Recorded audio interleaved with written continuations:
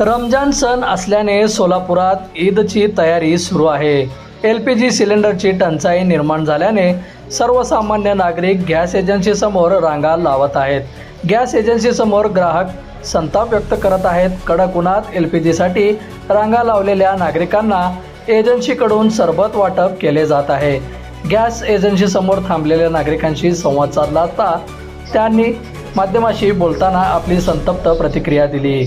कधीच आम्ही LPG सिलेंडरसाठी रांगेत थांबलो नव्हतो, मात्र आज अशी परिस्थिती निर्माण. गॅस एजन्सीसमोर मोठ्या रांगा लागलेल्या आहेत. तुम्ही सरबत देखील वाटप करतायत का?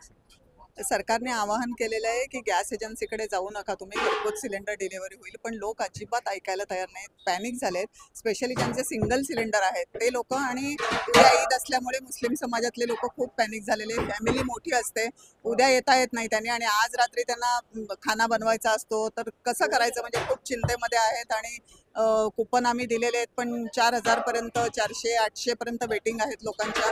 आम्ही पण खूप काळजीत आहोत. आम्ही पण कंपनीला सांगितलं आम्हाला ॲटलिस्ट 2 लोड तरी द्या, कारण रोज आम्हाला 2 ते 3 लोड लागतात.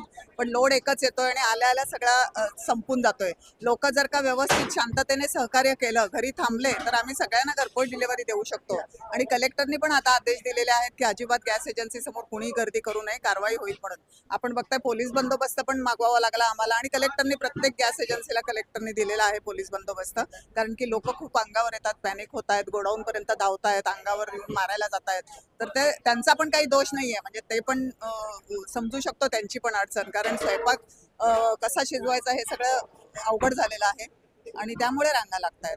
कधीपर्यंत म्हणजे पूर्व परिस्थिती सुरू होईल? पूर्व परिस्थिती लवकरात लवकर सरकार प्रयत्न करतायत, पण युद्धजन्य परिस्थिती असल्यामुळे सांगता येत नाही की युद्ध कधी थांबेल म्हणून.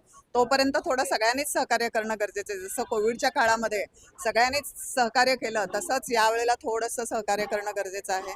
आणि सिंगल सिलेंडरवाल्यांनी जास्त थोडं पॅनिक न होता घरपोच सिलेंडर आम्ही ताबडतोब देऊ, फक्त आम्हाला सहकार्य.